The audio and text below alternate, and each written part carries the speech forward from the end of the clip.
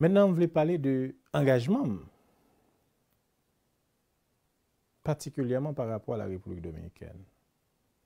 Écoutez, comme chancelier, j'ai nourri d'excellents rapports avec les partenaires d'Haïti, incluant la République dominicaine. Je n'ai jamais cherché ni souhaité en conflit avec la République dominicaine. Cependant, je n'ai simplement pas aimé la façon dont les dirigeants de ce pays se servaient de la question haïtienne pour avancer leur propre agenda. Je n'ai pas aimé la mauvaise publicité qu'ils faisaient d'Haïti. Je n'ai pas aimé le mépris qu'ils affichaient à l'égard d'Haïti et des Haïtiens. Je n'ai pas aimé que des voisins dont l'intention ne sont pas toujours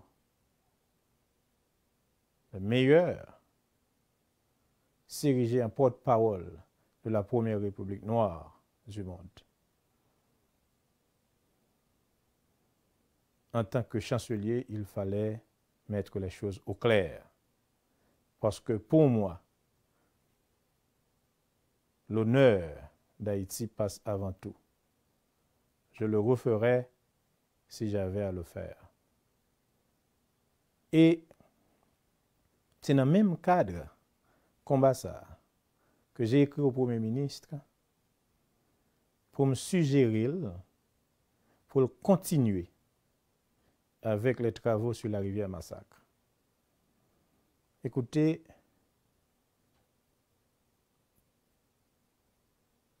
qu'il y ait de injonction de la République dominicaine pour nous camper travail ça à plusieurs reprises.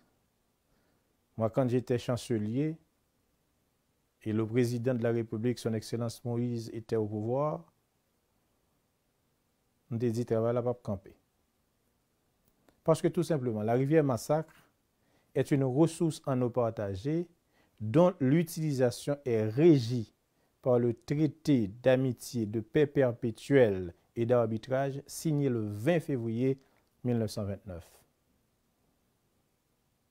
Ce traité voulait que l'utilisation de cette ressource en eau partagée soit juste et équitable.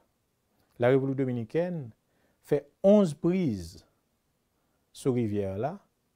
Nous-mêmes, c'est première prise qu'on a fait sur rivière-là.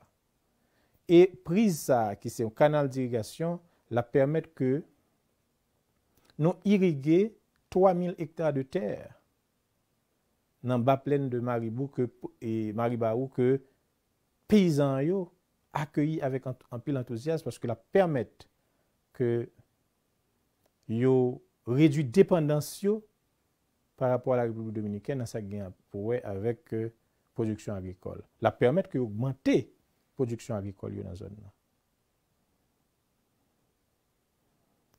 Prétexte là, c'est que ultranationalistes dominicains ont dit que c'est une rivière exclusivement dominicaine. C'est faux. Si c'est vrai que rivière Massacre là, il prend naissance en République dominicaine, mais il faut nous dire le grand affluent c'est de rivière et Haïti qui nous est capable de dire qui baille en pile. J'arrête sauver Moussa comme ça avec rivière là. Donc c'est son rivière qui était capable de serpenter la République dominicaine et Haïti. Il y a entré le sorti. Travail qu'on a fait, la fête sous partie haïtienne. Il n'est pas fait sous partie dominicaine. Et l'autre malentendu qui alimenté par les ultranationalistes dominicains voulait faire croire que l'utilisation canal ça l'a réduit considérablement le débit de la rivière ou bien l'accès aux eaux de la rivière. Et ça, c'est archi faux. Parce que le travail pas nous en a fait sur rivière là, il nécessitait tout simplement 1,3 m3 d'eau par seconde qui équivaut à 20,33% de débit moyen annuel rivière là. Et même si nous arrivons à 3 m3 d'eau par seconde, qui tape équivaut à 40,65% de débit moyen fleuve là, il tape encore inférieur à sa République dominicaine prend sur rivière là. Faut m'ajouter que 70% terre agricole en République dominicaine qui est arrosée par rivière là, et en amont canal là. Tout ceci pour me dire que explication que y a bayo pour faire injonction à Haïti pour camper rivière là, c'est faux.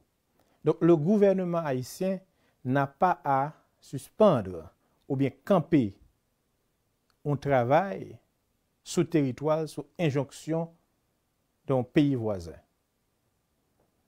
Donc c'était ma position sur la question. Et jeune, il est moins jeune qu'à côté de jeudi.